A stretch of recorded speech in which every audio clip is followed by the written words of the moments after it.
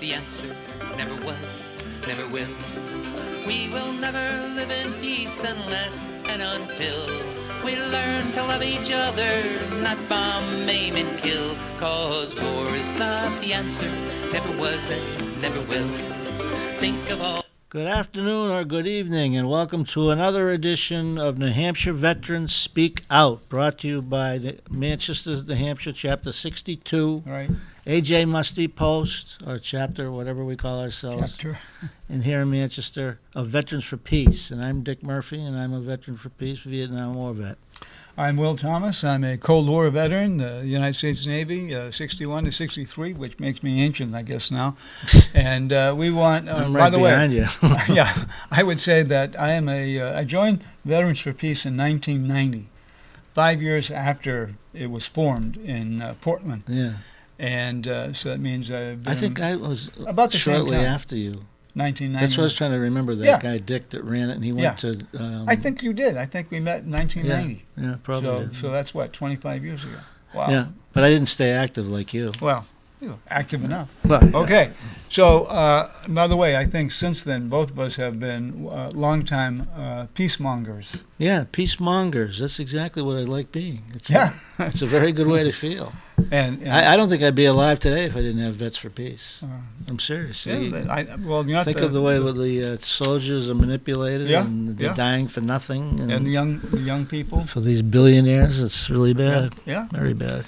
Well, and we want to give a shout out today to two of our best friends, longtime friends, Good Veterans for and Peace. activists, both Veterans for Peace. Mongers, peacemongers. Peacemongers. So Bill and Noreen, a shout out to you, and Dar- also Darlene and Delia, a shout out to you as Delia. well.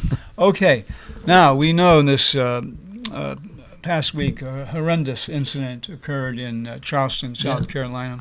Everybody can have guns in this country. Yeah, and the incident, of course, we all know, refers to the shooting, the murder, the massacre, if you will, of 9 innocent people who were all black. And the reason why they were killed was because the shooter was a racist terrorist. Believer in the Confederacy. He wanted to see the Confederacy rise again, as they like to say down there, south of the Mason-Dixon, Yeah. and enslaved blacks. Yeah. Well, he wanted to start. And actually, in the United States, with that voting deal that the Supreme Court just approved, it's going to disenfranchise many Alabama blacks. They're not going to be able to vote. Those guys don't even. Right. It's. Yeah. So underneath the surface, it's still continuing. This. Oh, it's I mean, yeah. mhm. I believe that I was a racist and I didn't know it. Mhm. I don't know what black guys around here when I was growing Right. up. So, But I'd always look and see, oh, that guy's black, and I don't look at him like he's just a person. but in the Now I do. But in the I mean- military, Yeah, I that never- basically your first contact with Yeah, African right. Americans, right? And I didn't have any trouble in that sense, but there was a lot of there was trouble, not with our particular group, but the worst racism I ever witnessed, and it shocked me. I had no idea that it existed. Was between Texans and Mexican Americans, Mhm. and that's historic. Because we know, of course, that the United States of America, took Texas Stole away, Right. stole it, killed the people, land. and took that land so that they could have slaves. Right, continue. So slavery could exist. Right. And they killed Mexico. And like one of the guys that I served with, he was terribly wounded, lost his left arm and left leg. Mm. Manuel Gonzalez. He lives in Colorado. His family has lived in Colorado for like 300 years. Mhm. Yeah, wow. Yeah, and so I mean, he's a Mexican American, but he's probably got a lot of Indian blood in him. And let's face it, we genocide. We tried to wipe out every Indian we could. I read an article shortly a while ago of over 3,000 treaties, and it gave the exact number that the United States signed with the Indian nations. The United States kept none of them. Broke them all. Broke Right, every one of violated them. all. Every one Exactly. of them. And the Indians didn't. Yeah. They didn't break it. They just Yeah. wanted their land to be left alone. But no, we wanted their land, and Yeah. we want everybody's land, the whole world. Oh, yeah. We're not going to be satisfied until we have everybody's. And then we're going to be going to Mars anyway. take that over. For the rich, right? Yeah, right. So, They can have it. President Obama did an interview with this man out in California, where he talked about the incident, obviously the killings, and mentioned that, as we always do, that racism has never disappeared, and perhaps a lot of people, when he was elected, were filled with some hope. Remember? Yeah. Oh yeah. Hope and change. I was. Yeah. But some people, we now understand, could never accept a black man. No, because racism is still rife in this country. It is. Yeah. It is.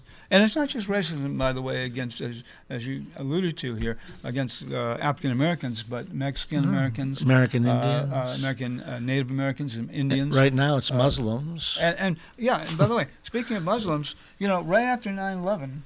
I just happened to find this in the Monitor, Associated Press. The headline says, Muslim Americans detained in the aftermath of 9/11 seek justice. They should get justice, but not that they will in this country. But just think that Osama bin Laden's relatives, who were living in the United States, were all put on a plane by George W. Bush and sent out of the country. The relatives of the person that they suspected was responsible for the 9/11 terrorist act. And the United States government was complicit. Sure. We put the people, and you figure, he was a second cousin of this guy, third cousin of that. Families know people. Sure. That's Of why the course. police always talk to your family. Exactly. And here it is, they ship them out. They Yeah. get rid of them. They put them over there in Saudi Arabia. Well, maybe someday we'll discover those that- 28 pages, among other missing pages. That guy belongs in jail. It's unbelievable. But so many people do. And Right. they got Well- all the wrong people in jail. Well, they could have settled a lot of these people. And by the way, I'm trying to find the exact numbers. 762 detainees were swept up nationwide, including 491 in the New York area. And they were getting all kinds of tips, the FBI. And they're just arresting people without any probable cause on a tip. Maybe some neighbor didn't like these people because the women wore the scarves and Yeah, the of jeans course. or whatever. That's a good reason to hate So the court described evidence showing that they suffered abuse, including slamming them into walls, bending or twisting their arms, You can bet they hands, wrists, and fingers, stepping on their leg restraints, leaving them handcuffed.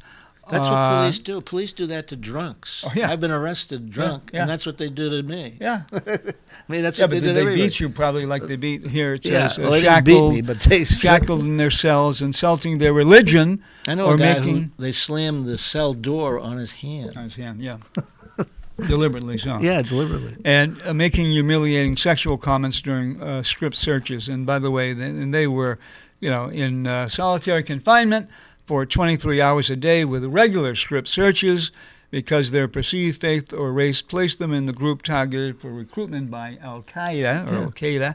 And they're claiming it violated their constitutional rights, and indeed those rights were violated. Of course they were.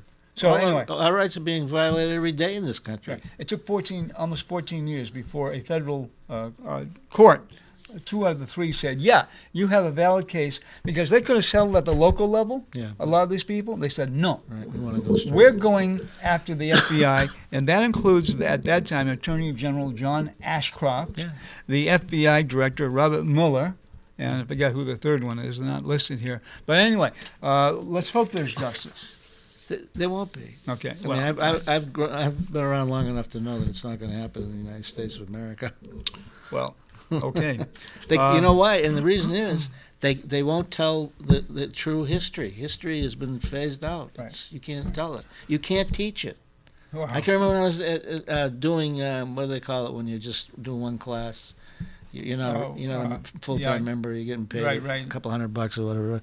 But I get the book, the textbut, which I was surprised. It's college. Yeah. And they give me a textbook in college, and it didn't have anything that I knew existed in the United States history.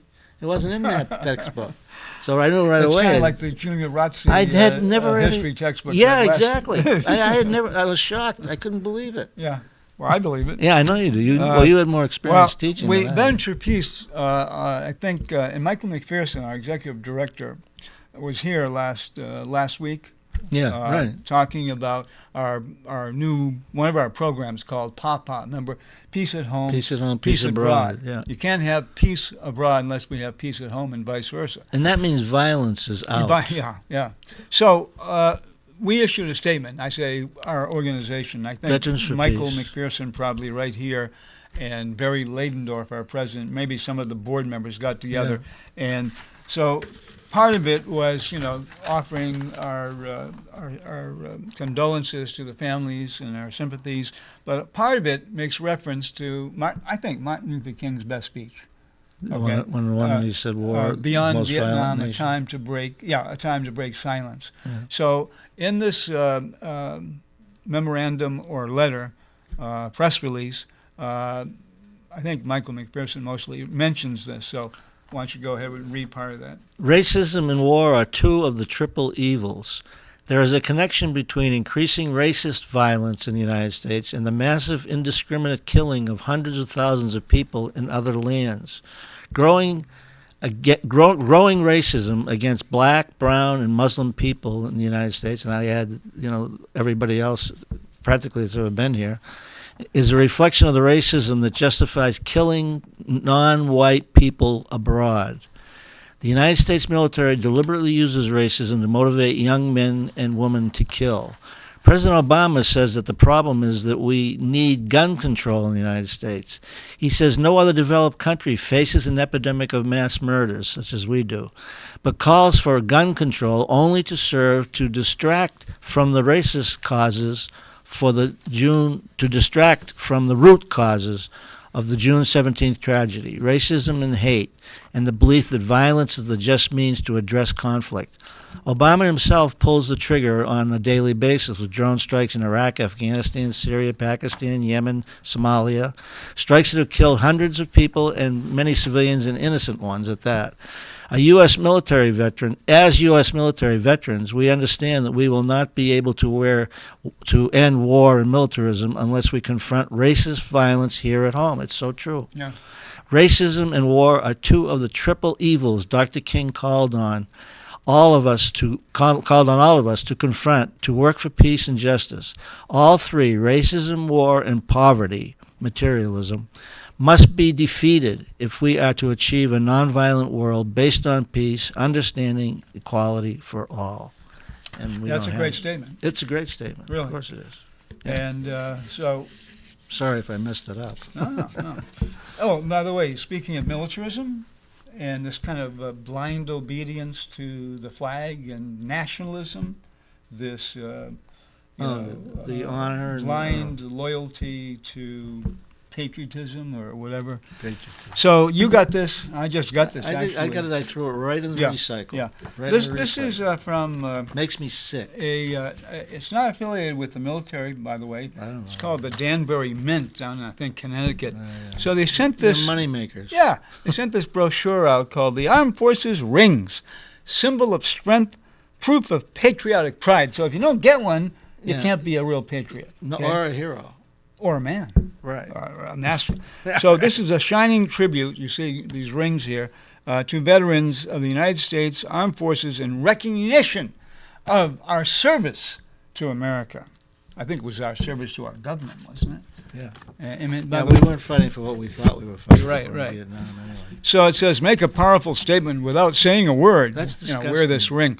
And it advertises the rings as, and by the way, each branch of the military has their own separate ring with their own design. Including the Air Force? The Air Force, yeah. The Air Force. And I love this part. It says, William Thomas, you are entitled to the honor and recognition reserved for men who wear the Armed Forces ring. Doesn't it say something about heroes? Well, it's down over here, but Jeez. I mean, everywhere. Yeah, every glorious. You know what Bernard Brecht said about heroes? It is a unhappy country that needs a hero. Yeah, that's pretty good. Bertrand Brecht. Brecht. Yeah, Brecht. It is an unhappy land. No, it is an unhappy land that needs a hero. And boy, we are an unhappy land. You go walk out the door here on Elm Street, and everybody is like. Yeah, I know. And then every once in a while, there's a guy, capitalist, with his. Yeah. But basically, 9 out of 10 people are unhappy around here. Well, that book many years ago, I've never forgotten it. Neil Postman wrote a book called, and I thought about you, because you have no television. You Right. do have a radio, right? But Yeah, but because we're amused, it was called Amusing Ourselves to Death. And with all our gadgets, and this is like 30, 35 years ago. He's talking mainly about television. Yeah. But today, look at what we have in terms of technology and smartphones and you name it. And everybody just sits around like this. Well, when you walk down the street, you see 9 out of 10 people looking down at Yeah. smartphones. I went by, I think I said this already in the show, but I corner up on Blodgett and Beach, and there's 4 young guys standing around there with their pants almost falling off. Yeah. And they're standing at the corner, and not one of them is talking to the other one. Right. They're all like this. They're all doing things like this. It reminded me of my group of guys. We'd be out there swearing at everybody. I know. Well, anyway, so these rings are meaningful, masculine, and magnificently presented. Yeah, masculine. That's what it was Masculine. when we were in the service. We were men. Yeah. Guys were 17, 18. I was actually 21, and I didn't think I was a man yet. I hadn't had the sexual experience. That's one of the reasons you have to have but that. here's the other thing. The Marine Corps, their ring, says Semper Fi on it, Yeah. and their creed here it says, Always faithful. "Before God, I swear this creed: my rifle and myself are the defenders of my country. We are the masters of our enemy," and that rifle also represents, in other cases, as you allude to, some sexual prowess. Oh, absolutely. Yeah. It was always there. But by the way, Navy, I represent the fighting spirit of the Navy and those who have gone before me to defend freedom and democracy around the world. Oh, my goodness. I mean, the question, why do they hate us? Yeah, and what's this idea about democracy around the world? We're killing people to save them, like we did in Vietnam. We saved the village by burning it down. Yeah, right. And we have to overthrow the democratically elected leaders in Chile, Allende, and Mossadegh, and Iran, and Arbenz. I mean, you in can go on Guatemala. forever with Yeah, it. yeah. We don't have enough time in the show. No, we to don't. name them No. all. So And the fact that we bombed 29 countries since the end of World War II. Yeah. 29 countries in I the thought United States of America. I thought it was more. But Well, I thought it probably yeah, was. Yeah. But, I mean, Yeah. they were admitting that. But we also have troops in out of 192 or 193 countries the UN recognizes, something like 150 or 160 special operations units And they're all operating they're in murderers. Yeah, That's in what between 70 and 80 They're countries. trained to murder people. That's what So- they're trained to do. Well, We saw some of them in that. I don't know, but I think that I saw some of the Phoenix people in Vietnam in the woods, all clean. They were clean. They didn't have any dirt on them, which we were, of course, Right. filthy, grody, Right.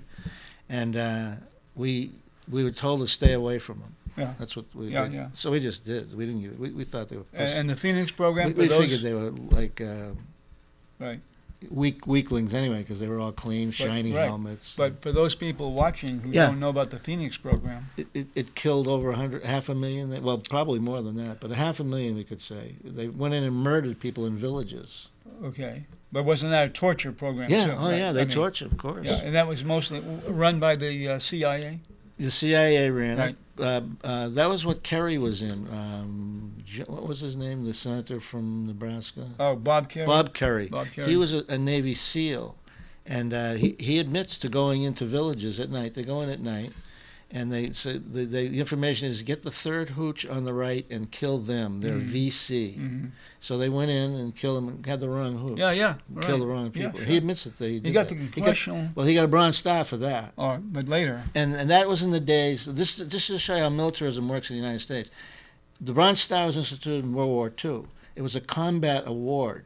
The only way you could get it was to be an infantryman. That's the only way you could get it. If you were anybody else, you wouldn't get a Bronze Star for heroism. Yeah. Everything's graded, and then the Silver Star is a little more heroism, and then the Congressional Medal of Honor is a lot more heroism, stuff like that.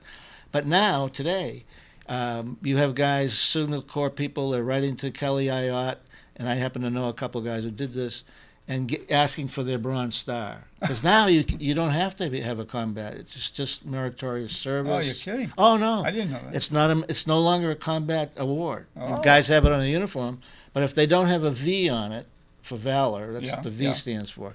Then they're not combat soldiers. And everybody walks around with bronze stars. I see them all the time. And I'm sure that the guys at Junior Razzi would love to have a bunch. Oh, I haven't yeah. seen any on I'm them sure, yet, but I'm sure that'll Well, I come. know that they can earn one of those medals and ribbons by enlisting another person to join. Oh, really? Oh, yeah. Oh, yeah. They, Sure, get a special. Get medal. on, yeah. Well, look. I can understand that. I would be, if I was them, like I used to be. Yeah. I'd be doing that too, trying to talk people and they go coming along. As long as I had more medals than they did. Right. Well, look, we got a new Secretary of Defense, Ashton Carter, who's been over in Europe talking to our, quote, NATO allies about Putin and Russia and Ukraine and, the... Putin's just trying to save his country. Well, That's all he's trying we to do. are We're sending- trying to take it away as usual. We are sending, paying for Yeah. all Troops, kinds of. The U.S. will contribute intelligence and surveillance capabilities. This is to the Poles, the Lithuanians, Estonians, Latvians, the Czech Republic. They could easily get around that and make it could be ammunition. And Well, it weapons. says here, will contribute weapons, Oh. aircraft and forces, including commandos, yeah, for NATO's Rapid Reaction Force, to help Europe defend against security threats, Now, including how close Russia. to the North Atlantic is the NATO organization? Well, I Greece- think there's only 2 or 3 countries that are even border the North Greece is Atlantic. not. Is Greece. pretty Greece is one of them. Yeah. is one of them. Yeah. But Turkey? none of them. In fact, I think only England, and that might be a geographical. Well, is Denmark, Sweden, Norway. I think they're part of it too. Aren't Well, they? yeah, but it's the North Sea. Yeah, no, It's really not the Atlantic. The North Atlantic used to Atlantic. be the United States of America. That was the North Atlantic part, and then Right. everybody else joined us in defending Right. the world against communism. I know. Well, anyway, this whole thing here, I mean, we don't have any money at home here to pay for our No, roads, our bridges, education, health care, All job the training. states of Nebraska, Kansas, they're all going broke Yeah. because these guys have given all these tax relief to the rich. What do you call it? That fat guy down in New Jersey. Oh, He's done that. Christie? Yeah, he's done that. Calorically financially, challenged. they're in real big trouble. Yeah, I know. Well, because they're making the poor pay for it, value-added taxes and stuff right, like that. but what's really troubling and problematic is, of course, Putin gets blamed for all the turmoil. And we do know, we said this before in other programs, that the U.S. helped engineer a coup d'etat in Ukraine so that Sure. NATO, once Ukraine joined NATO, we could have NATO forces right on Russia's border. Right there. Okay, and also the EU wanted Ukraine to join as well, and to gain monetarily or financially, and at the cost of the citizens of Ukraine. Anyway, so this is troubling to me because Putin has ordered now the construction of adding 40 new ICBMs. We're Yeah. talking probably nuclear. Right. Okay, so I'm looking at this. I'm That's exactly observing. what the CIA and the Yeah, but conservatives want. I'm looking at 1914. I'm looking at the guns of August and the lead up to the Great War. Okay. Totally And unnecessary I see. war. Another unnecessary war. But I see some striking parallels here yeah. and similarities. Absolutely. And this is very, very troubling. But see, nobody knows history, so they can't do that. well, No, few know it. Well, the other thing is the National Defense Authorization Act. Every year, the Congress must vote money for. Has it ever For- gone down? I mean, we've always Actually, it did slightly. Obama started. A couple of years back, Yeah. it did go down slightly. The so-called defense, Yeah, defense budget, right. which is really the offense. Right. budget. So I wrote Senator Shaheen and Ayad. I don't remember getting a response from Ayad, but You didn't expect Shaheen it, says, each year Congress passes legislation to strengthen our national security. I think our national security at home ought Yeah. to be strengthened, We'd be Senator. completely secure if we didn't mess with other people, Yeah. other countries. It would be no And problem. we need to protect our men and women in uniform Yeah, and all over invest the world. Yeah, all over the world, and invest in our military readiness. So I was pleased, and both Ayat and Shaheen voted for this to support the National Defense Bill for this coming year, 2016. By the way, it's something like the spending on the military, I think I had it, was like of our discretionary budget, the money that Congress has control over, okay? Others are mandated, you can't touch it, Social Security and all. 54%, is it, of all the money All the taxes. goes to the Pentagon. Yeah. And related agencies that deal with nuclear weapons. And the veterans would be interested in knowing that independent sources have said that the veterans is underfunded by $12 billion. $12 billion. And Oh, we're not going to get that. No, yeah. Well, here it is. Yeah, it's let me see. It says here. I found out about the Overseas Contingency Operations Fund, which is not subject to, remember, sequestration. Only they had to cut so much. Military spending has gone down a bit over the last 3 years. Right now, by the way, it's going to be $611 billion this coming year, but not. Let me see. Okay, so it's around 54% of all U.S. government discretionary spending, and still close to 40% of global military spending. I just saw something this morning. Globally, what is spent on militaries equals 14 trillion. 14 trillion globally. What could And we're $6 trillion in the hole. well, more than that. We don't even. Yeah. So anyway, and we're spending all this money on new nuclear submarines, $8 billion apiece. Our government is actually happy that Putin is trying to defend his own country. Yeah. Oh, Because now we got to build up this guys and not Boeing, Lockheed Martin, General Dynamics, Northrop Grumman, the old Sanders or Sanders. Well, that would BCE, be or whatever it is. BAE. BAE. Yeah, Yeah. BAE. 2 minutes. And they get a lot of this money too. So the fact that this overseas slush fund, that's what it is, basically, is a slush fund. And the bad thing about it is that they're not. It's not demanded that they tell us what this money is really going. Right. We don't know. Right. We don't really know. The this. slush fund is $89 billion. $89 billion. Slush. Okay.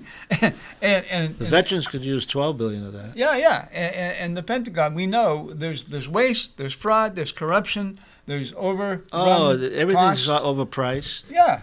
And meanwhile, pension funds here are being Stripped stolen. and stolen. Yeah. Yeah, it's really so appalling. And what happens to those people that work for 30 years and expect a pension and don't get it? Exactly. I mean, what happened? They have to work 4 jobs just to stay Some alive? are. That's so. Our I priorities. can't believe there's not a revolution. Well, there ought to be. We're not talking about a violent revolution. At Just least a not yet. revolution. But yeah, enough people who will say enough is enough. I think that the government has been perpetuating a violent revolution on us. This idea of giving guns out to everybody so they go around. They kill, what did I say today? 82 a day are killed. Yeah. Killed in the United States. With Yeah, and guns still we're talking about 22 suicides per day, roughly. The veterans. Not just Vietnam veterans, not just current veterans. I mean, from all People wars. have been in the military. Yeah, in the military. Well, Richard, we have to apparently wrap it up. All right. So, last word? As A.J. Musty would say, there is no way to peace. Peace is the way. What did he mean by that?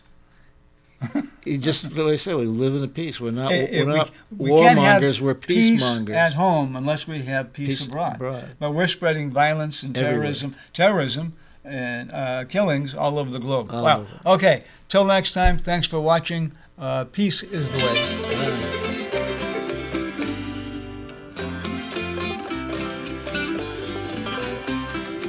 War is not the answer, never was, never will. We will never live in peace unless and until we learn to love each other, not bomb, maim, and kill. 'Cause war is not the answer, never was and never will.